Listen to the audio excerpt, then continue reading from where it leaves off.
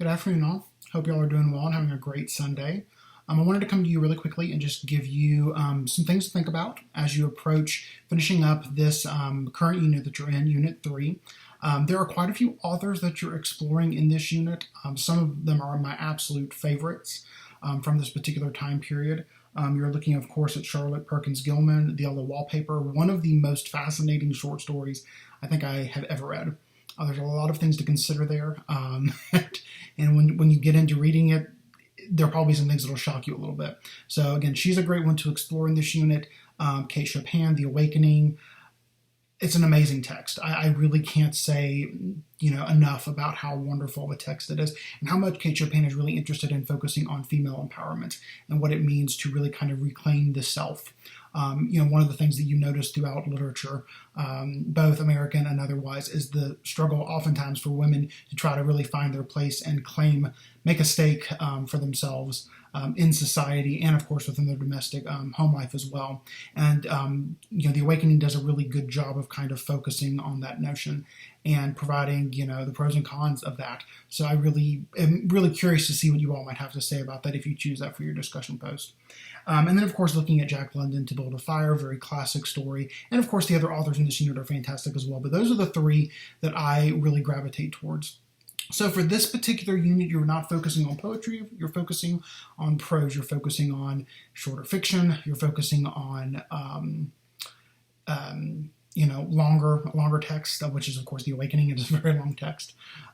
You're really getting into the nitty-gritty of literature in a different way than you did in the first unit. So what I really encourage you to do as you're reading through these texts is, of course, take note of plot. Take note of what's happening, who's doing what. That'll help keep things straight for you as you're approaching the discussion board and things that you'll do later on in the course. But also keep in mind thematics. One of the things you probably noticed with the Unit 2 discussion board is that you're touching a lot on themes and larger concepts within these works. And that's what you're going to be doing moving forward throughout the rest of the class. And these are the things you're going to want to be thinking about as you approach the more formal writing responses that you'll do for this class. So do keep that in mind as you're moving throughout these texts. And again, if you have a question about how to digest the text, something that you're reading, wanting to make sure that you're actually reading it correctly, things like that, just ask me. I'll be more than happy to provide some clarity for you there. Because again, I want you to truly understand the text on the onset. So when you go about doing the work for this unit and then approaching these texts later on throughout the rest of the course, you'll have a really good leg to stand on. Okay, so some due dates for you, just to keep in mind. Your Unit 3 discussion, so the current unit that we're in, that discussion is going to be due on the 10th by 5 p.m. That is the initial post and the one reply. One thing I do want to remind you of, actually two things. One, for your discussion boards, there is a minimum word count. You need to meet at least 300 words. It says between 300 to 350. If you go above 350, that's fine. It's typically not going to be an issue for me unless I notice that you're doing a lot of repeating and you're not really doing more in-depth analysis.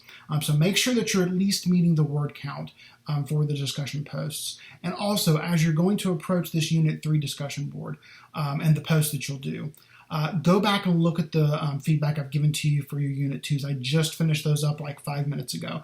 I really enjoyed reading your responses to Dickinson and Whitman. A lot of great insights made there. So keep in mind the feedback that I gave you there in terms of how you address your content and some grammatical issues that I noticed, and utilize that as you move into the Unit 3 discussion post. So again, that's going to be due on the 10th by 5 p.m.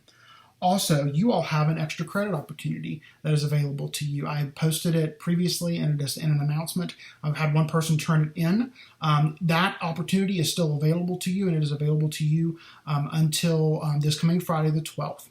So as you're looking to potentially bank some points leading into that first response paper, which will be due soon, do take a look at that extra credit opportunity and see if you want to respond to it and send me your work. I would love to see what you think. It specifically hones in on something really interesting to deal with Emily Dickinson.